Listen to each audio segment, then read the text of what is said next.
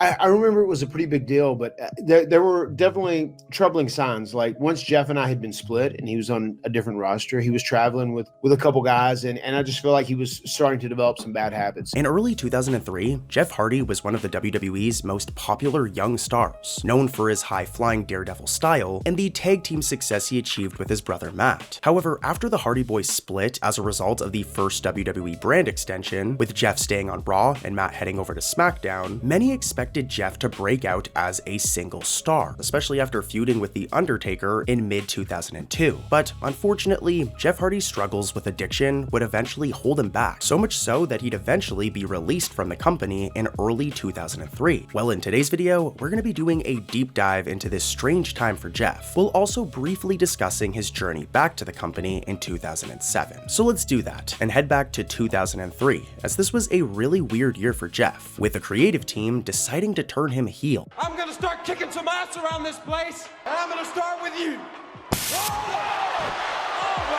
This often forgotten heel run was really brief, and honestly, other than a short segment with Shawn Michaels, not much came from it. After this, he turned babyface again, joining Trish Stratus in a shortly lived romance angle in March 2003. But despite the TV time in these storylines, Jeff's personal situation was spiraling downward behind the scenes. Backstage reports at the time indicated that Jeff had grown unmotivated and burnt out from the road. He had even requested his release from the WWE multiple times in the later half of 2002, expressing that he wanted to quit wrestling to focus on music and art. I do know they started giving him house shows off. They tried to give him more time off, and I feel like that's right when he started like trying to play the guitar and doing music. And I feel like he had this big ambition to try and be a rock star at this time, and like maybe it's time to move on from wrestling, whatever. He also felt like he was getting burnt out a little bit, and maybe that was even part of his excuse at the time too, that he was kind of burnt out because like wrestling really did consume us at that time. I mean, the schedule was so hectic. Obviously, everybody knows Jeff's style, and he's maybe not getting enough time to recuperate or, let his body completely heal. WWE officials initially refused those release requests for selfish reasons. To be 100% honest, this was probably one of Jeff's lowest points in his career, but he was the most over he had ever been at this time.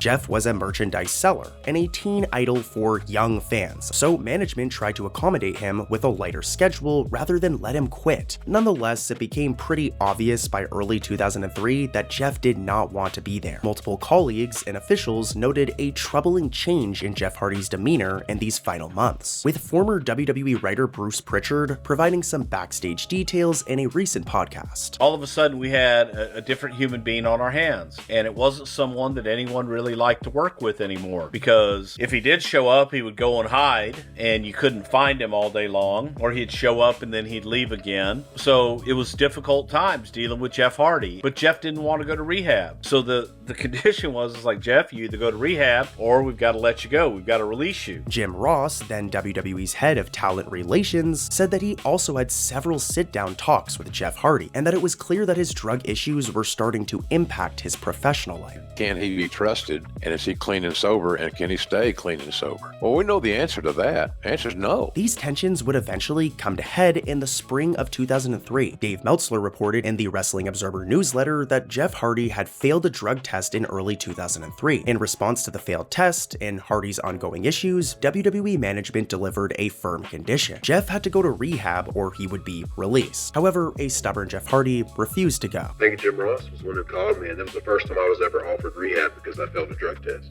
And I actually think you called me at some point, but that was the first time I denied rehab. And I said, no, I got this. But I was in denial of my issue, my problem. Jeff Hardy's final match of this WWE run took place on a Monday Night Raw, losing to The Rock, who was also wrestling his last WWE match for a while at the time, just saying. But you can really see in this match that Jeff looks like an absolute mess, and you can tell that he's not in the best place professionally. And thus, on April 22nd, 2003, WWE officially released Jeff Hardy from his contract, citing a litany of reasons, including Hardy's erratic behavior, drug use, refusal to go to rehab, awful ring performance, as well as constant tardiness in no-showing events. Following the release, in an audio message to fans a few months later, Jeff confessed that he hadn't been watching WWE television because it crushed his feelings to see the show without being a part of it. I haven't been watching Raw. It's not because I think it's a bad show or it sucks.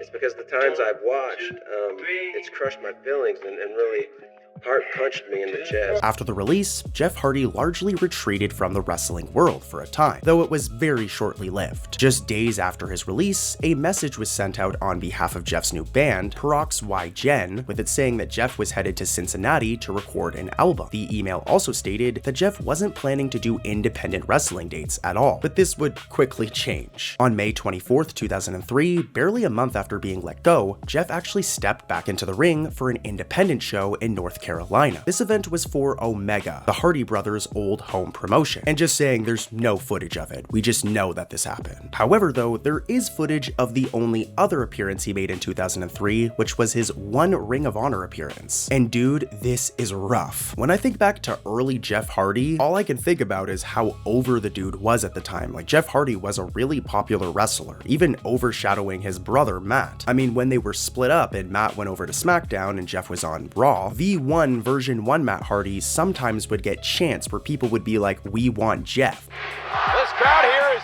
chanting for Matt's brother, Jeff.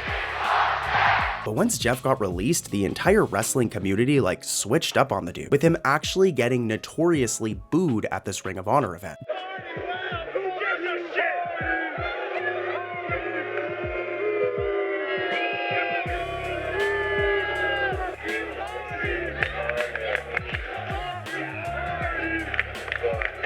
Jeff did not get a very warm welcome at Ring of Honor's Death Before Dishonor event on July 19th, 2003. As the moment the dude stepped out, the Ring of Honor audience ate his ass up, and they even chanted that they wanted Matt, which is absolutely crazy to hear. Like, who would have thought you'd ever hear fans booing Jeff and chanting that they want Matt Hardy?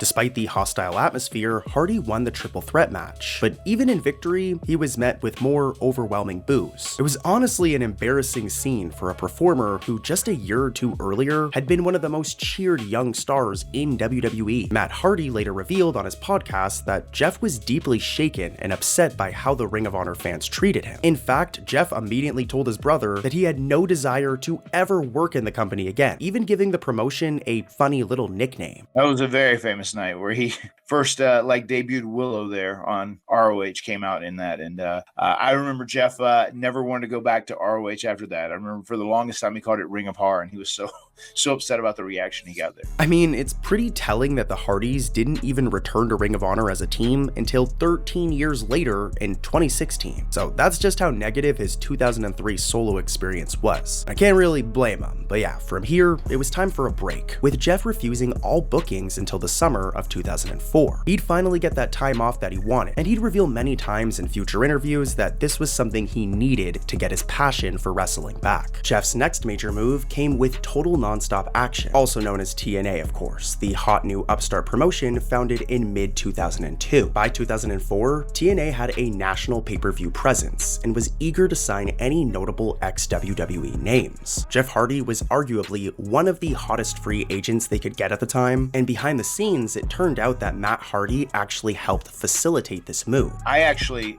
expedited a lot of him going to TNA. I had conversations with Jeff Jarrett about having Jeff go there because I thought just him having some constructive work to do would make sure he kind of stays a little more straight or continues to clean up his life or like move in the right direction. So I wanted him busy. I didn't want him just sitting at home with nothing to do. I feel like that's when a lot of people get worse. I wanted him to have some responsibility, something to do. So I definitely spoke with Jeff Jarrett a lot. And then obviously, with Jeff as well, like I kind of helped set all that things up, set that up. His coming to TNA in 2004, is that when it was? By mid-2004, the path was clear, and Jeff Hardy made his TNA debut with considerable fanfare. Over the next few months in TNA, Hardy quickly ascended into the main event picture, even getting a title shot at one point. However, even as Jeff made the most of these opportunities, old problems resurfaced. By 2005, Jeff Hardy's pattern of unreliability unfortunately crept back into the picture, and the most glaring incident occurred in May 2005 at TNA's Hard Justice pay-per-view. The day of the show, Jeff Hardy no-showed the event, leaving TNA in a pretty tough spot. I am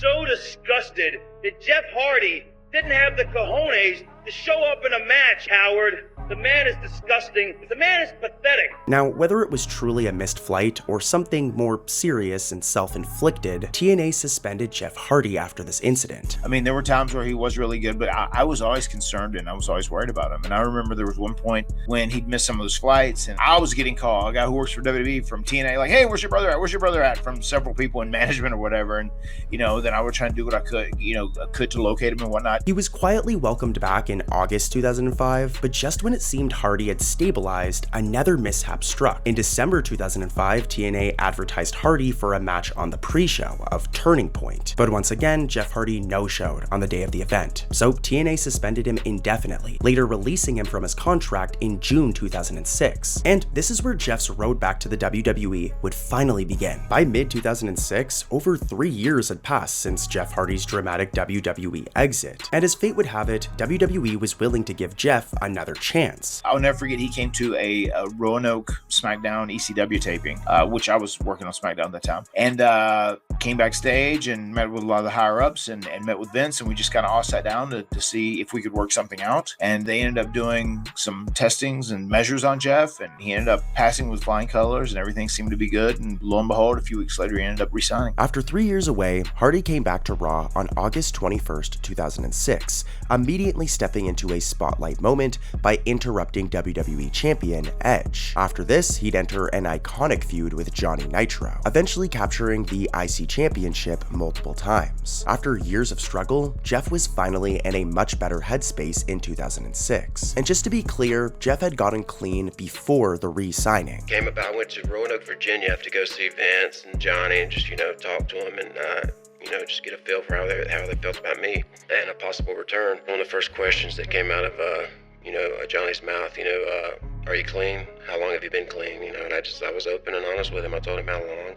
Yes, I am clean. Jeff actually kind of opened up and admitted that, he'd always had dreams of being a rock and roll star. Music has always captured his imagination. But during the moment when he was sitting there talking, he looked me dead in the eyes and he says, but you know what? He said, God put me on earth and gave me the talent to wrestle. He would fall off the bandwagon a few more times throughout his career, but the dude was in a much better place and was finally back home. He'd even win the tag team titles with his brother again in 2007, and he'd eventually capture the WWE Championship by 2008. But we'll do a more in-depth look at Jeff's 2006 to 2010 WWE run in a future video, covering everything from that feud with Johnny Nitro up to his iconic feud with CM Punk. So make sure to subscribe for that. But for now, hopefully this video answered the same questions I had as a kid. Back in the day, I was a massive Hardy Boyz fan. I was actually a really big Matt Hardy fan, but I always wondered why Jeff Hardy just disappeared after 2003. But yeah, my guy was just flying a little too high, if you know what I'm saying. But that's gonna do it for today's video, and real quickly, I just want to say thank you so much for all of the support, guys. I didn't upload for 2 weeks, but the channel's still pumping,